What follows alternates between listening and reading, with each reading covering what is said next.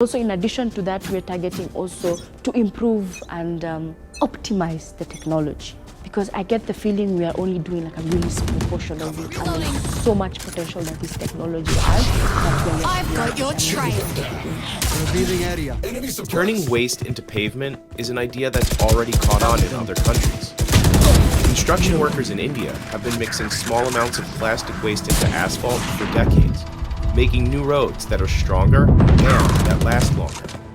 But experts say these innovations may increase the amount of plastic released into the environment. Roads are subject to constant abrasion. We drive them, right? Last player And so standing. roads are actually the primary source of microplastics in the environment. Even on pure asphalt roads, the paints used to make lines contain plastic, and particles rub off the tires on vehicles every time they dry. Now, if we build the entire road out of plastic, or even part of the road out of plastic, that is going to be more abrasion of plastic and more microplastics going into the environment. In recent years, researchers have found microplastics in nearly every sample of our food, drinking water, the air we breathe, and even inside our bodies. Tangri says that any solution that doesn't focus on decreasing the amount of new plastic going into production lets the people who created the problem off the hook. The petrochemical industry would like nothing better than to say, hey, we can put it all into roads, or we can do something else with it. Still, roads made with plastic are cheaper, mainly because they require less asphalt. And they make good use of plastic that would otherwise end up in places like Pandora, Nairobi's only official landfill. The cars that bring this plastic are more every day, they come every day. It reached full capacity 20 years ago, but new garbage keeps coming in. As you can see, most of the waste here is Last plastic. player standing. Amos Lamanya is an environmental activist and renewable energy consultant. We even have the smokes and all that being plastic being banned, which is very problematic to the health. In Nairobi's poorest areas, there are no sanitation services. Many people toss garbage into rivers or just burn it, as much as 750 tons every day. Kenya does not have enough infrastructure to allow recycling. But that didn't stop American oil lobbyists from proposing a trade deal to export millions of tons of plastic waste to Kenya. The American Chemistry Council was advising the U.S. representatives within the trade deal negotiations to include a clause that would allow plastic materials to be imported to Africa through Kenya. Nzambi knows that her invention can't tackle a mountain of trash that large. So far, her factory has recycled 50 metric tons of waste this year, but Nairobi produces 6 times that amount of plastic trash every single day. We need variant solutions. So I cannot say this is the solution in terms of the biggest impact on all of that. No. We need to do more. Still, she is continuing to expand her business. Zambi being the founder of Jenge motivates me a lot. She wants to achieve a lot in life. She wants to achieve a lot for the company. In 2020, the United Nations recognized Nzambi as a young champion of the Earth and awarded her $10,000. And she says her company is closing a $500,000 seed funding round. We have more demand than we can supply. And that's because there's a lot of market awareness and market uptake that is coming in. And once again, as I said, with the shipmental shift, with consumption, but we cannot produce that. She employs 20 people full-time, nearly all of them under 30 years old. Me, my team, and everyone else in this space, we get to earn a living, and that I'm happy with. Most of her customers are local, including her mother, who is also an entrepreneur. She just started a business raising egg-laying hens in her backyard. They are very peaceful birds. Yeah, I've got 1,200. Yes. Nzambi's first experiments with plastic trash took place here. Now, her bricks cover the entire driveway. Even outside, they are done days Spike down A. outside the compound. And we are very grateful. Now we live in a very good place. One enemy remaining.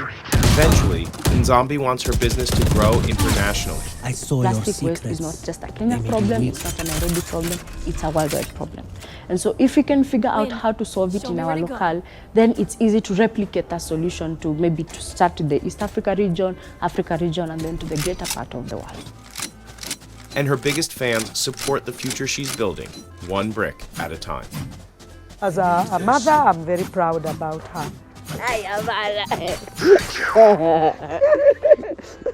Na magugu. Magugu. Na gonyeshe magugu.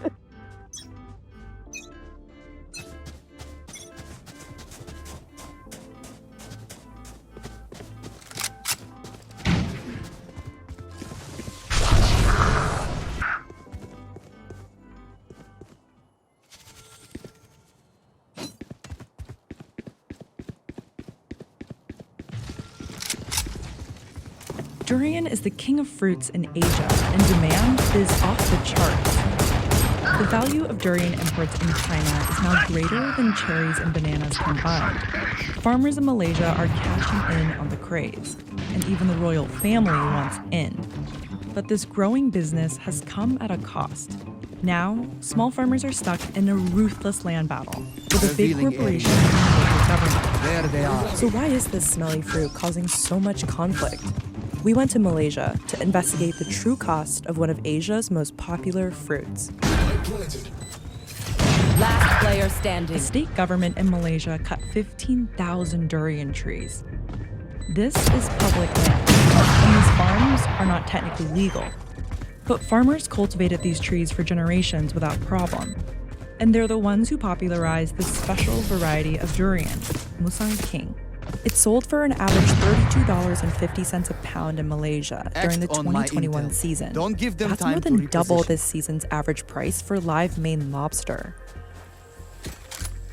Farmers of Tamai Kiat say the destruction of durian farms is a scare tactic to either push them off the land or sign an unfair contract.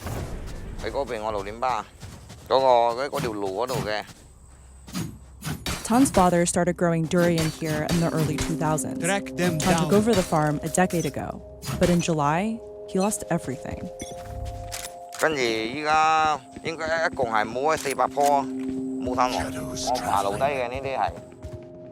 This is the first time Tan has seen his durian trees since they were Scanning destroyed. ahead.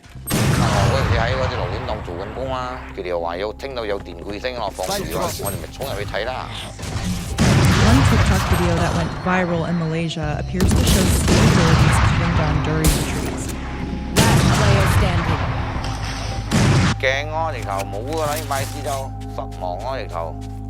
This is what farmers saw when they returned to their land.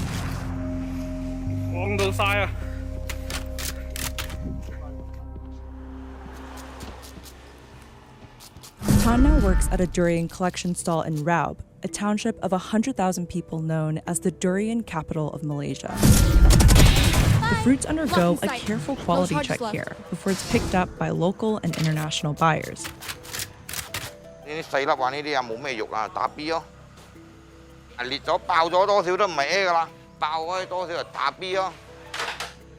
Tan 30 says it's seconds easy for left. him to tell good fruit from bad fruit since he's worked with durian most of his life. That's critical because buyers selling durian in countries like China expect the fruit to be flawless. The best durians come from trees that are more than a decade old.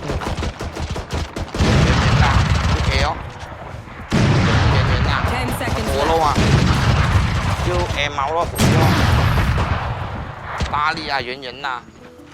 Workers look through up to 400 baskets of durian a day during the peak seasons, which run from July to September and December to March.